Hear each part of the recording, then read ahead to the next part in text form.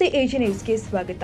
ಯಾದಗಿರಿ ನಗರದ ಡಿಗ್ರಿ ಕಾಲೇಜಿನಿಂದ ಕನಕ ಸರ್ಕಲ್ಗೆ ಸಂಪರ್ಕ ಕಲ್ಪಿಸುವ ಪ್ರಮುಖ ರಸ್ತೆಯಲ್ಲಿ ನಡೀತಾ ಇರುವ ಡಿವೈಡರ್ ನಿರ್ಮಾಣ ಕಾಮಗಾರಿ ಇದೀಗ ಭಾರಿ ಚರ್ಚೆಗೆ ಗ್ರಾಸವಾಗಿದೆ.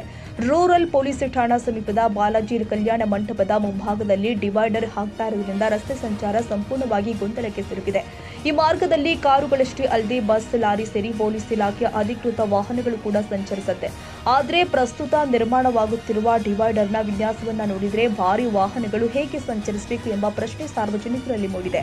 ತುರ್ತು ಸಂದರ್ಭದಲ್ಲಿ ಪೊಲೀಸ್ ವಾಹನಗಳು ಅಥವಾ ಆಂಬ್ಯುಲೆನ್ಸ್ಗಳು ಈ ರಸ್ತೆಯಲ್ಲಿ ಸಾಗುವುದು ಸಾಧ್ಯವೇ ಎಂಬ ಆತಂಕವೂ ಕೂಡ ವ್ಯಕ್ತವಾಗಿದೆ.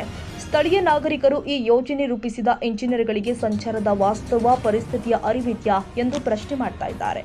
ಯೋಜನೆಯ ಪ್ಲಾನ್ ಯಾವ ಆಧಾರದ ಮೇಲೆ ತಯಾರಿಸಲಾಗಿದೆ, ಸಂಚಾರದ ಒತ್ತಡ, ರಸ್ತೆ ಅಗಲ ಮತ್ತು ತುರ್ತು ಸೇವೆಗಳ ಅಗತ್ಯವನ್ನ ಪರಿಗಣಿಸಿದ್ದಾರೆಯೇ ಎಂಬುದು ಜನರ ಪ್ರಮುಖ ಆಗ್ರಹವಾಗಿದೆ. ಡಿವೈಡರ್ ಕಾಮಗಾರಿ ಆರಂಭಿಸುವ ಮುನ್ನ ಸ್ಥಳ ಪರಿಶೀಲನೆ, ಸಂಚಾರ ತಜ್ಞರ ಸಲಹೆ ಹಾಗೂ ಸಾರ್ವಜನಿಕರ ಅಭಿಪ್ರಾಯ ಪಡೆಯಬೇಕಾಗಿತ್ತು ಎಂಬ ಅಭಿಪ್ರಾಯ ಕೂಡ ಕೇಳಿಬರ್ತಾ ಇದೆ. ಜಿಲ್ಲಾಡಳಿತ ಮತ್ತು ಸಂಬಂಧಪಟ್ಟ ಇಂಜಿನಿಯರ್ಗಳು ತಕ್ಷಣವೇ ಗಮನ ಹರಿಸಿ ಈ ಕಾಮಗಾರಿಯನ್ನ ಪುನರ್ ಪರಿಶೀಲನೆ ಮಾಡಿ ಸಂಚಾರಕ್ಕೆ ಅನುಕೂಲವಾಗುವಂತೆ ತಿದ್ದುಪಡಿ ಮಾಡಬೇಕು ಅಂತ ನಾಗರಿಕರು ಒತ್ತಾಯಿಸಿದ್ದಾರೆ. Nizamuddin, Yadgiri, AJ news.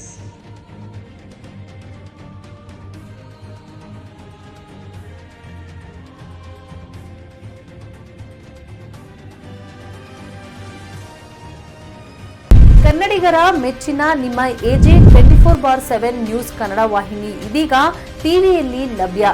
ವೇಳೆ ನೋಟಿಸ್ ಕೊಟ್ಟಿದ್ರೆ ವಾಪಸ್ ತಗೋತೀವಿ. ಇವತ್ತು ವಕ್ಫ್ ಪ್ರಾಪರ್ಟಿ ಅಂತೇಳಿ ಬರ್ತದೆ ಅಂತ ಹೇಳಿದ್ರೆ ರೈತರು ಬೀದಿಗೆ ಬಂದ್ರೆ ಏನ್ ಮಾಡ್ಬೇಕಾಗುತ್ತೆ? ಯಾರು ವೋಟ್ ಹಾಕಿಲ್ಲ ಅಂದ್ರೆ ಗ್ಯಾರಂಟಿನೆಲ್ಲ ಸ್ಟಾಪ್ ಮಾಡ್ಬಿಡ್ತೀವಿ.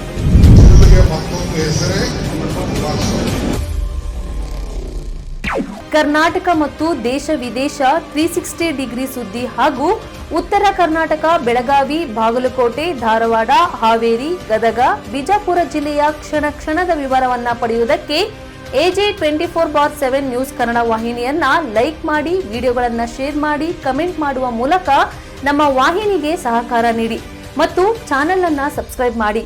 ಧನ್ಯವಾದಗಳು.